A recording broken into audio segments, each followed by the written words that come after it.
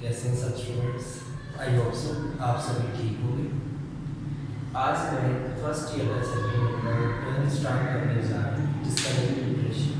और यही chapter 9th class का भी है। 9th वाले बच्चे भी इसी लेक्चर को ही फॉलो करें, फर्स्ट ईयर वाले भी और 9th।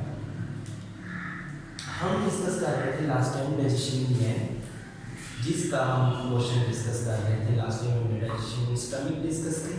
आज हम digestion intestine mean small intestine के अंदर डाइजेशन को डिस्कस करेंगे। स्मॉल इंटेस्टाइन का भी जस्ट एक ही पार्ट डिस्कस करेंगे, जिसका नेम है डाइजेशन इन डिडिनम। जस्ट एक क्वेश्चन के अंदर डाइजेशन को डिस्कस करेंगे, डिडिनम के अंदर डाइजेशन को। सबसे पहले स्मॉल इंटेस्टाइन के पास स्टमक से काइन जा रहा है। स्मॉल इंटेस्टाइन के फर्स्ट पार्ट के पास जाएगा, जिसे डिडिनम कहते हैं। उससे पहले आपको काइन का पता होना चाहिए। काइन के बारे में मैंने लिखा है partly digested mass of food. जो फूड का सेमी डाइजेस्टेड, ये जुज़वी तौर पर, ये पार्टली जिसे डाइजेस्टेड कहते हैं, वो मैस स्टमक से इसके अंदर एंटर हो रहा है। डिडिनम स्मॉल इंटेस्टाइन के फर्स्ट पोर्शन के अंदर एंटर हो रहा है। इसकी एंट्री पर जो ये काइन थोड़ा सा एसिडिक होता है। जैसे ही इसकी एसिडिटी आई, काइम आया, काइम की एसिडिटी ने पैंक्रियास की सिक्रीशन को भी स्टिमुलेट कर दिया, लिवर की सिक्रीशन को भी, और डिडिनल सेल की सिक्रीशन को भी स्टिमुलेट कर दिया। रिपीट कर रहा हूँ, काइम आ रहा है, पार्टली डाइजेस्टेड फूड स्टमक से डिडिनम के अंदर एंटर हो रहा है। इनकी एंट्रेंस ने फौरी तौर पर कुछ एसिडिक, ये एसिडिक थे, कुछ सिक्रीशन को रिलीज कर दिया। इनकी सिक्रीशन को पैंक्रियास की, लिवर की और डिडिनल सेल।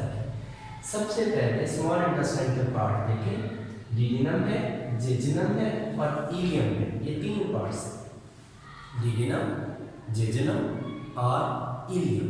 सबसे आज जो हमारा टॉपिक है, बेसिकली हमने जो डिस्कस करना है, that is digestion in the डिडिनम।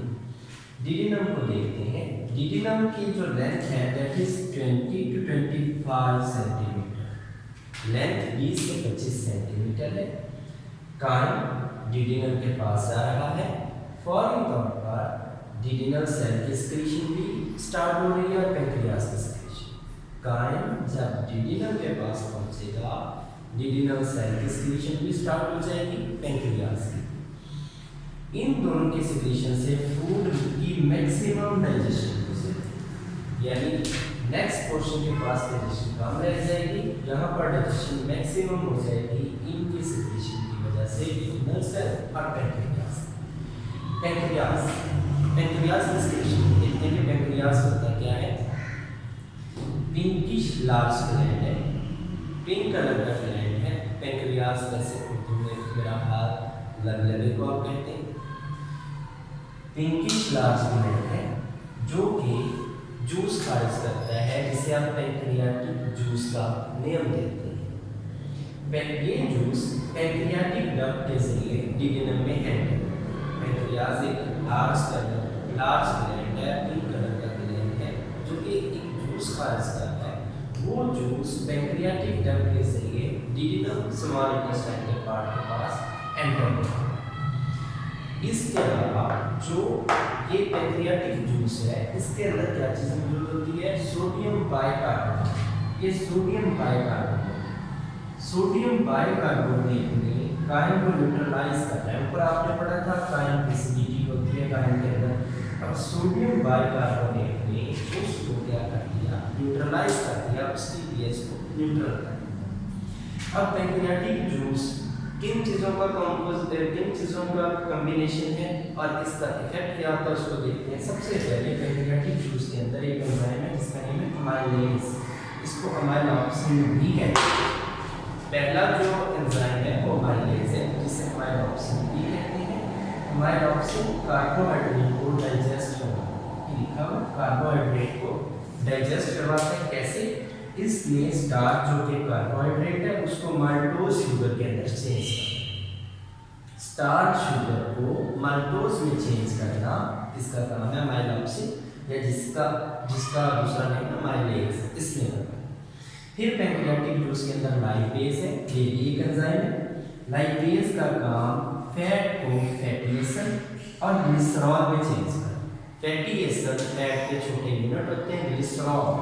Glycerol is basically 3 carbon alcohol, 3 carbon alcohol.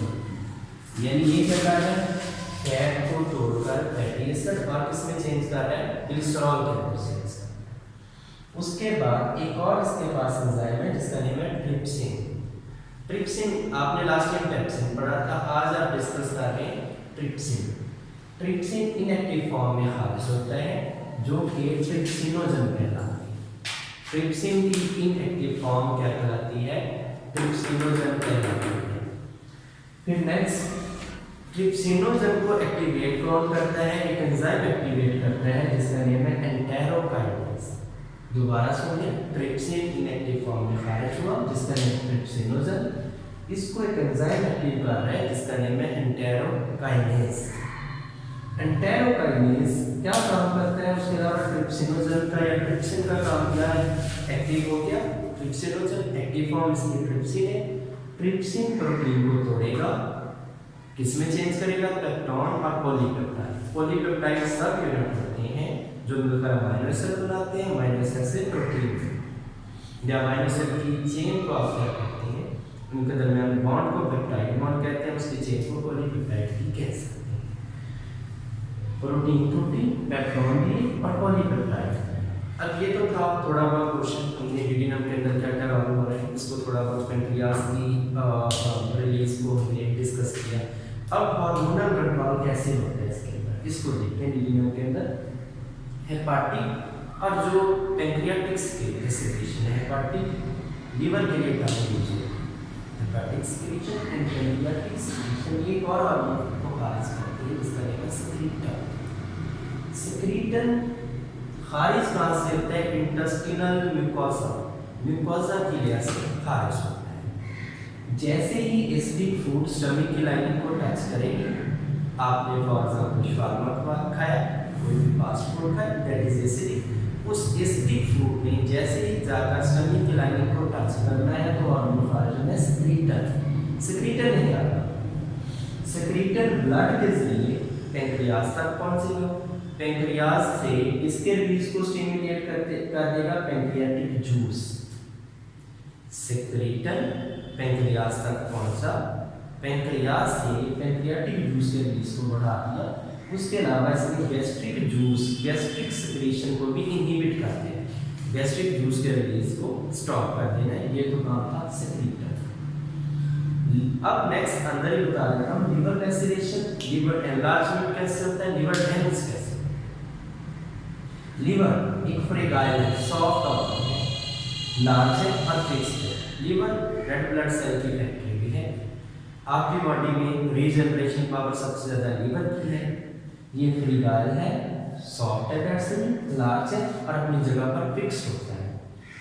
ये लैसेरेट कर जाता है, लैसेरेट का मतलब होता है इसका रप्चर हो जाना, इसका डैमेज हो जाना, इससे ब्लड का फ्लो होने लग जाता है, खून का रिसने लग जाता है। जब आपकी कोई पसली टूटी, वो पसली लिवर को डैमेज करेगी, लिवर लैसेरेट हो जाएगा।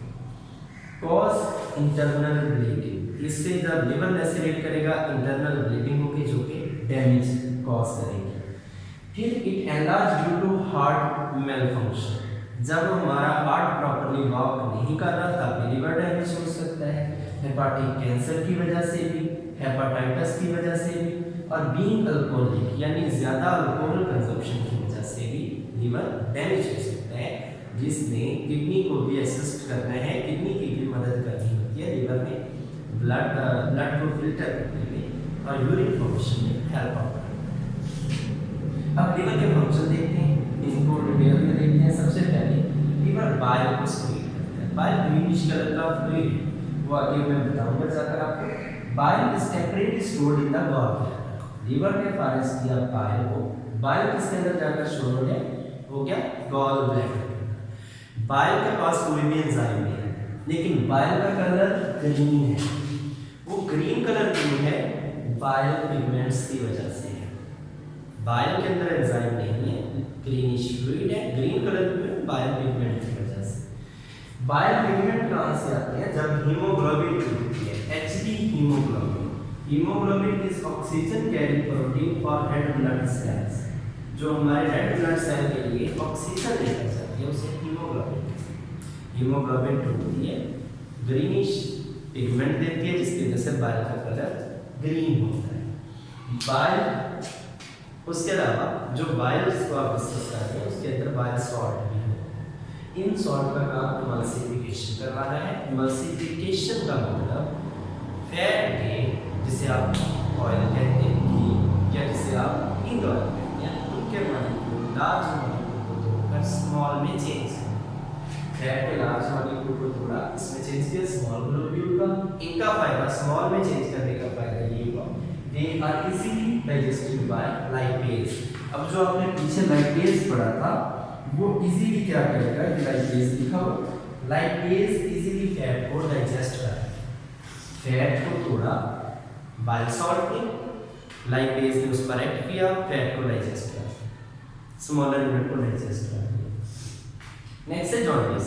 जॉन्डिस कहा जाता है या बार जो बाइल पिगमेंट्स है they prevent to leave digestive tract. ये हमारे डाइजेस्टिव ट्रैक्ट को नहीं छोड़ते, they accumulate in the blood के अंदर जमा हो जाते हैं। ग्रीन कलर के पिगमेंट हैं, हीमोग्लोबिन के टूटने से आए थे, आपकी इसको नहीं छोड़ रहे, ये हमारे डाइजेस्टिव ट्रैक्ट को नहीं छोड़ रहे, ब्लड के अंदर मिक्स हो रहे हैं, जिस कंडीशन को हम क्या कहते हैं, जॉन्डिस या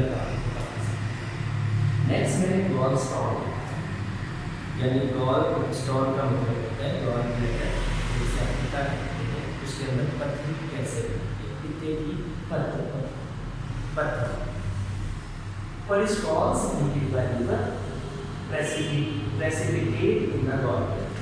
लीवर कोलेस्ट्रॉल को भी खारिज कर रहा है। ये कोलेस्ट्रॉल रसूख या रतूबत बना रहा है, इसके अंदर जाकर ये रतूबत बना रहा है गॉल ब्लैडर के अंदर।